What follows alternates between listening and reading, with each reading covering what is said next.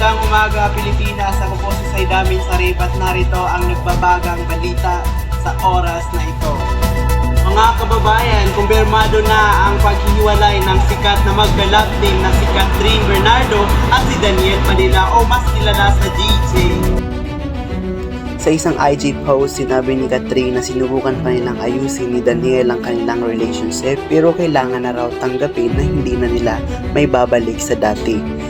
Minahal daw ng sobra ni Kat ang first boyfriend na sobra niyang pinapasalamatan para sa 11 beautiful years nila together. Sabi pa ni Kat, nagsimula ang kanilang love story na may respeto at nagtapos ng may respeto pa rin.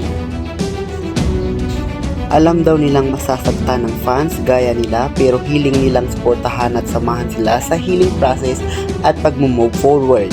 Sa hiwalay na post, nagpapasalamat din si Daniel sa kanilang fans gaya din kay Catherine na nakasama niya raw sa highs and lows. Wala raw hanggan at wala raw katapusan ang kanyang pagmamahal sa aktres. Ito po si Saidamin Sarip.